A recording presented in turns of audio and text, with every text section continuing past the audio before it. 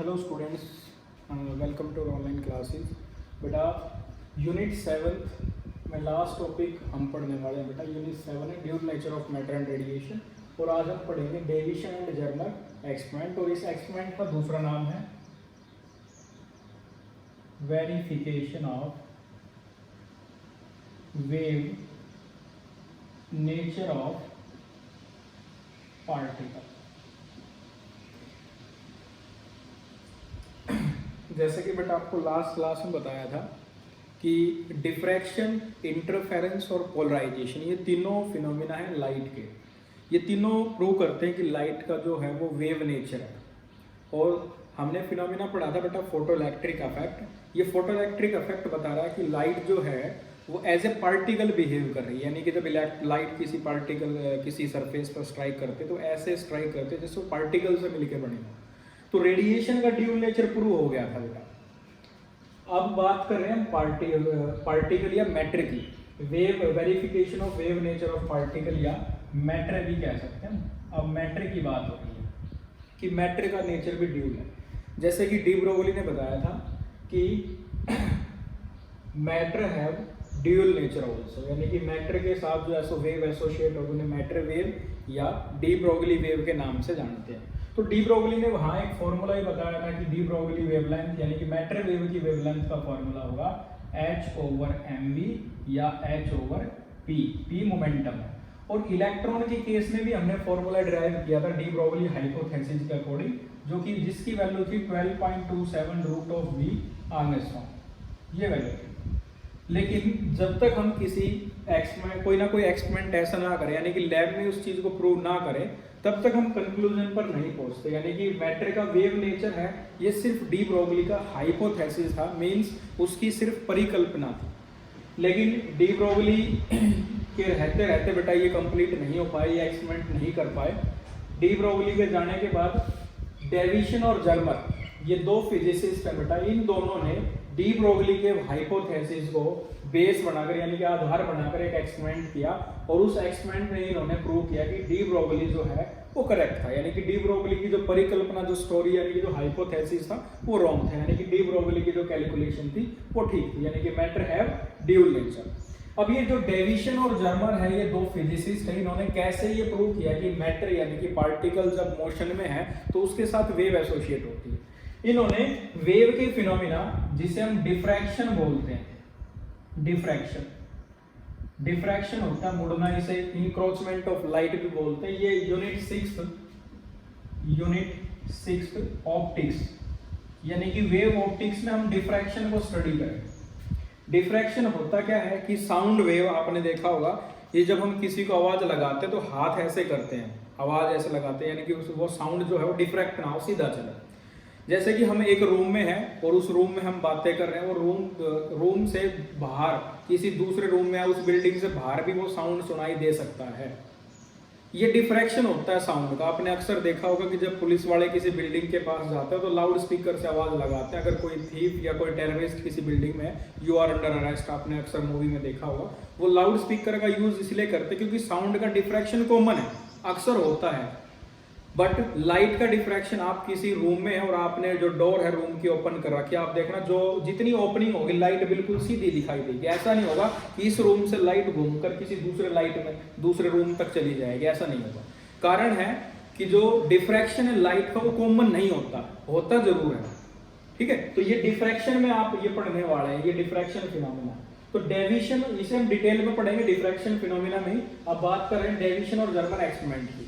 Deviation और Germer ने diffraction की हेल्प से प्रूव किया कि इन्होंने एक अरेंजमेंट बनाई बेटा, उस अरेंजमेंट से इलेक्ट्रॉन मूव कर रहे थे।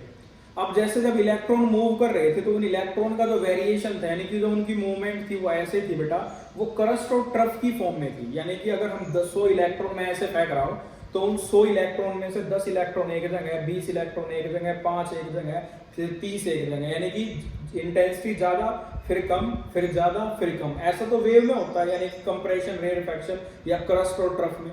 तो जो इलेक्ट्रॉन जब मूव करते हैं वो इसी फॉर्म में मूव करते हैं, एक जगह इंटेंसिटी ज्यादा फिर कम फिर ज्यादा और फिर कम, ऐसा वेव में होता है। अगर हम डेविसन और जर्मन ने यही प्रूव किया, अगर हम ये प्रूव कर दें कि जब इलेक्ट्रॉन मूव कर रहे हैं तो एक जगह इलेक्ट्रॉन ज्यादा है, फिर कम है, फिर ज्यादा और फिर कम है, यानी कि उनकी जो मूवमेंट है वो वेव के जैसी, यानी कि उनका डिफ्रैक्शन हो रहा है, तो ये प्रूव हो जाएगा कि मैटर जो है उसके साथ वेव एसोसिएट होती है, जैसे कि डी ब्रोगली ने बताया था, और उस वेव को मैटर वेव या डी ब्रोगली वेव के नाम से जानते हैं। तो ये एक एक्सपेरिमेंट की सेटअप है जो मैंने पहले से बना के रखी है, मैं इसमें आपको बता देता हूँ क्या क्या है ये। यहाँ ये बेरियम ऑक्साइड, ये टंगस्टन फिलामेंट है जिस पर बेरियम ऑक्साइड की कोटिंग कर रखी है, और इसको लो टेंशन की बैटरी से जोड़ रखा है, यानी कि इस बैटरी की वोल्टेज कम है। जब टंगस्टन फिलामेंट जिस पर बेरियम ऑक्साइड की कोटिंग है, जब उसको लो टेंशन की बैटरी से जोड़ेंगे तो उससे इलेक्ट्रॉन जो है वो ऐसे मूव करेंगे, वो इलेक्ट्रॉन को एमिट करेगा। अब जो इलेक्ट्रॉन है जो मूव कर रहे हैं उनको मोशन या एक स्ट्रेट बीम बनाने के लिए हमें एक डिवाइस की जरूरत है जिसे हम कोलीमेटर बोलते हैं। फिजिक्स की लैंग्वेज में ऐसी कोई चीज जो आधे टेढ़े बीम को सीधा कर दे उसे हम कोलीमेटर बोलते हैं, और कोलीमेटर दो तरह के यूज करते हैं, एक तो मैटर कोलीमेटर जो पार्टिकल को स्टेट करे, इलेक्ट्रॉन, अल्फा पार्टिकल एक्सेट्रा, और एक होता है बेटा ऑप्टिकल कोलीमेटर जो लाइट के बीम को सीधा करे, वो ऑप्टिकल कोलीमेटर है। तो ये कोलीमेटर आप देखना, ये एक पाइप जैसी अरेंजमेंट है जिसकी जो बोर है वो बहुत कम रेडियस की है, ये बोर वेरी फाइन बोर है बेटा। जब ये जो इलेक्ट्रॉन जब ऐसे मूव कर रहे हैं, जब इसमें से चलेंगे, जो इलेक्ट्रॉन थोड़े इधर या इधर जा रहे होंगे वो एब्जॉर्ब कर लिए जाएंगे, और जो इलेक्ट्रॉन बचेंगे वो स्ट्रेट बीम तैयार हो जाएगा बेटा। और इसको हमने पॉजिटिव पोल से जोड़ रखा है, और ये बैटरी है हमारी हाई टेंशन, ये बैटरी की low tension. High tension battery क्यों यूज किया, आपने फोटो इलेक्ट्रिक एमिशन में पढ़ा होगा कि half M V square equal to EV, यानी कि जितना ज्यादा पोटेंशियल देंगे काइनेटिक एनर्जी उतनी ही ज्यादा होगी। ये tungsten filament with barium oxide coating, और ये कोलीमेटर है जिसको हमने हाई टेंशन बैटरी से जोड़ रखा। अब इलेक्ट्रॉन मूव करें काफी हाई स्पीड से, तो ये जो अरेंजमेंट है यहां से यहां तक, इस अरेंजमेंट को बोलते हैं इलेक्ट्रॉन गन, क्योंकि इससे इलेक्ट्रॉन मूव कर रहे हैं, एक बीम तैयार हो रहा है इलेक्ट्रॉन का जो काफी स्पीड से मूव कर रहा है। तो हमारे एक्सपेरिमेंट का फर्स्ट पार्ट है ये इलेक्ट्रॉन गन। दूसरा हमने लिया हुआ है ये निकिल क्रिस्टल, ये है बेटा निकिल क्रिस्टल। निकिल क्रिस्टल में जो लाइंस आपको दिखाई दे रही होगी ये बेटा मॉलिक्यूल्स की लेयर है, ये मॉलिक्यूल्स की लेयर है बेटा, और एक मॉलिक्यूल्स की लेयर से दूसरे मॉलिक्यूल्स के बीच का गैप है डी। डी होता है इंटर एटॉमिक सेपरेशन, डी है बेटा इंटर एटॉमिक सेपरेशन। ये इंटर एटॉमिक सेपरेशन मॉलिक्यूल्स की सेटिंग्स के बीच का गैप है, ये इंटर एटॉमिक सेपरेशन। और निकिल के लिए जो इसकी जो वैल्यू होती है वो 0.91 एंगस्ट्रॉम के आसपास होती है, 0.91 एंगस्ट्रॉम।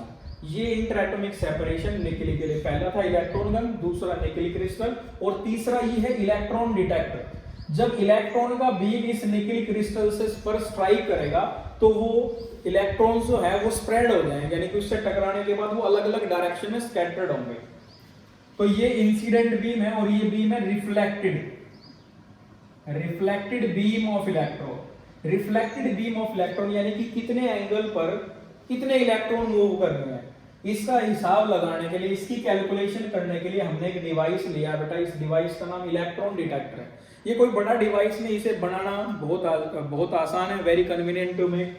इसमें होता क्या है कि एक सिंपल इलेक्ट्रिक सर्किट होता है, और उस इलेक्ट्रिक सर्किट से आप करंट पता लगा सकते हैं, और करंट आपको पता आपके पास है तो नंबर ऑफ इलेक्ट्रॉन्स आप पता लगा सकते हो, और नंबर ऑफ इलेक्ट्रॉन्स करंट से कैलकुलेट कर लिया जाएगा। तो आप ये बता सकते हैं जब ये इलेक्ट्रॉन डिटेक्टर मूव करेगा ऐसे तो कितने एंगल पर कितने इलेक्ट्रॉन आ रहे हैं, ये इलेक्ट्रॉन डिटेक्टर आपको इजीली बता सकता। तो ये सिंपल इलेक्ट्रिक सर्किट होता है बेटा इसके अंदर।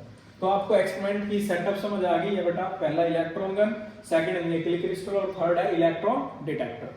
अब होगा क्या, ये इलेक्ट्रॉन गन इलेक्ट्रॉन का बीम तैयार करेगी बेटा, वो बीम जाके निकिल क्रिस्टल पर स्ट्राइक कर रहा है। हम क्या क्या चेंज कर सकते हैं इसमें, इस पोटेंशियल को चेंज कर सकते हैं जो कि हमारा हाई टेंशन बैटरी का पोटेंशियल है। ये पोटेंशियल चेंज होगा तो बेटा इलेक्ट्रॉन्स की जो स्पीड है, काइनेटिक एनर्जी इलेक्ट्रॉन्स की, वो भी चेंज होगी। और साथ साथ हम इस एंगल को, जिसे मैंने जहां पे फाई लिखा है ना बेटा, ये फाई है स्कैटरिंग एंगल, स्कैटरिंग एंगल, और जो मैंने ये थीटा लिखा हुआ है ये है ग्लेंसिंग एंगल, ग्लेंसिंग एंगल। ग्लेंसिंग एंगल है मॉलिक्यूल्स की लेयर और रिफ्लेक्टेड बीम के बीच का जो एंगल है ये थीटा है बेटा, इसको ग्लेंसिंग एंगल कहा है। ठीक है, तो बेटा अब हमने ग्राफ प्लॉट किए इस वोल्ट डेविशन और जर्मर, या हमने जो ग्राफ प्लॉट किए इस वोल्टेज को और इस एंगल को लेकर। जैसे हमने वोल्टेज फिक्स कर दी बेटा, वोल्टेज हमारी फिक्स हो गई है 40 वोल्ट, 40 वोल्ट पर हमने इसको फिक्स कर दिया। High tension volt, high tension battery जो है, अब इलेक्ट्रॉन मूव कर रहे हैं। ये जो ग्राफ मैं आपके सामने बना रहा हूं बेटा, ग्राफ से ही आप इसे अंडरस्टैंड कर सकते हैं। और ये जो ग्राफ है ये है radial graph, radial graph. I think आपने रेडियल ग्राफ इससे पहले नहीं पढ़े होंगे, तो मैं रेडियल ग्राफ के बारे में आपको थोड़ा सा आइडिया देता हूं। क्या यहां हम ले रहे हैं इंटेंसिटी। इंटेंसिटी का मीनिंग है नंबर ऑफ इलेक्ट्रॉन्स।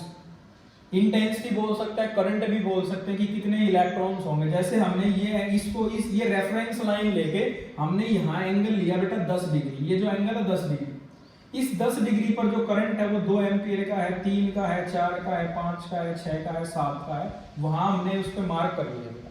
फिर हमने इस डिटेक्टर को थोड़ा और मूव कराया। अब जो हमारा एंगल है वो 30 डिग्री का है। 30 डिग्री पर कितने इलेक्ट्रॉन है हमने उसे मार्क कर लिया। ऐसे ही 45 डिग्री पर मार्क कर लिया बेटा, और उससे 70 डिग्री पर, 80 डिग्री पर और फिर 90 डिग्री पर मार्क कर लिया। हमारे पास ऐसा कुछ ग्राफ होगा, और ये ग्राफ ही आपका रेडियल ग्राफ है।